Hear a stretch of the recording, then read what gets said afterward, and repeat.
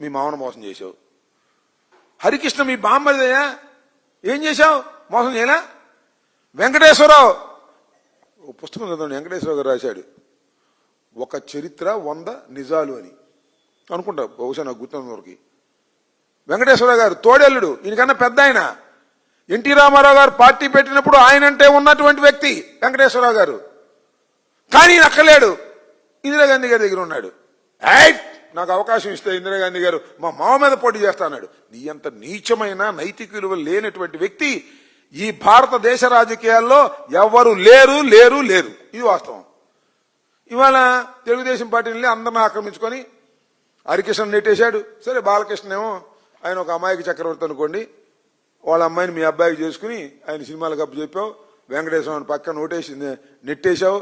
కుటుంబంలో అందరినీ నెట్టేసి నీ కుటుంబాన్ని, నీ కుటుంబం అంటే ఎవరు? నువ్వు మీ అబ్బాయి, కడవలు ఎవరు కుటుంబం కాదు. మీ తమ్ముడు కుటుంబం కాదు, మీ చెల్లెలు కుటుంబం కాదు, మీ చెల్లెలు కొడుకుల కుటుంబాలు కాదు, మీ తమ్ముడు కుటుంబం కాదు. మీ తమ్ముడు కుటుంబం వాళ్ళు ఎప్పుడైనా చూసావా? ఎప్పుడు పిలిచావా? ముఖ్యమంత్రిగా ఉన్నావు కదా ఎన్నిసార్లు. మొన్న పెద్ద ఇల్లు కట్టడానికి ఫౌండేషన్ వేసావు కదా, మీ చెల్లెలు పిలిచావంటే ఏమయ్యా లోకేష్, మీ మేనత్తను పిలిచారా? భోజనం పెట్టావా? స్వీట్ ఇచ్చావా? చీరలు పెట్టావా? మీ మామూలు పిలిచావా? మీరు, మీ నాన్న, మీ అమ్మ అంతవరకే. ఇక మీరు మా గురించి మాట్లాడతారు, జగన్మోహన్ రెడ్డి గారి గురించి. మంచి పద్ధతి కాదు. నారా చంద్రబాబు నాయుడు గారు మాట్లాడు, విమర్శ చెయ్యి, సూటిగా చెయ్యి, ధర్మంగా చెయ్యి. అది అట్టా ఇది ఇట్టా మమ్మల్ని వెంకటేశ్వరం కాపాడాడు, నక్సలైట్లు చంపిపోతే ఈ సొల్లు కబుర్లని చెబుతాడు. గతంలో మా తాతలు నేతుల దగ్గర మా మూతులు వాసన చూడమన్నా అంటే ఎవరో. అది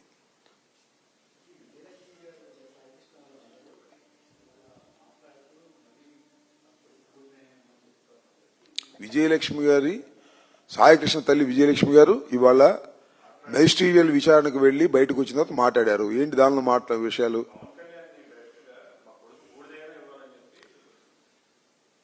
సరే, దానికి నేను ఏం సమాధానం చెప్పను. మొట్టమొదటి నుంచి చెప్తున్నా, పవన్ కళ్యాణ్ గారికి ఎవరు చెప్పారో, ఎవరు ఎక్కేశారో, వాడు రౌడీ అన్నారు. సరే, రౌడీ అనుకుందాం కాసేపు. 14 ఏళ్ల యువతిని రేప్ చేశాడని చెప్పారు.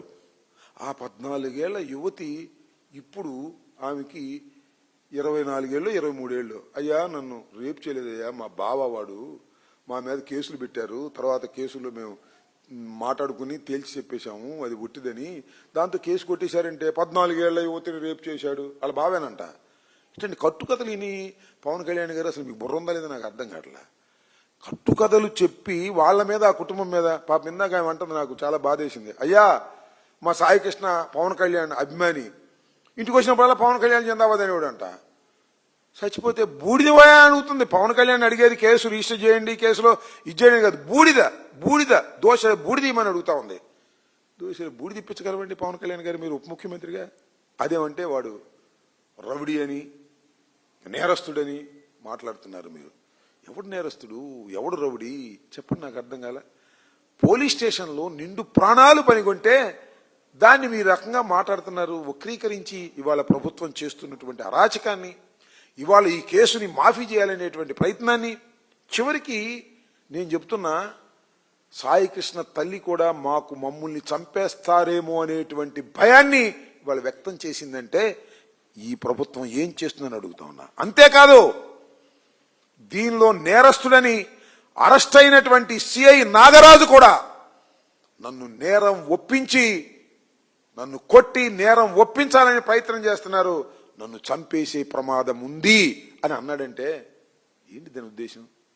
సాయికృష్ణ తల్లికి ప్రాణహాని, సిఐకి ప్రాణహాని, ఒకతనేమో చనిపోయాడు. అదేమంటే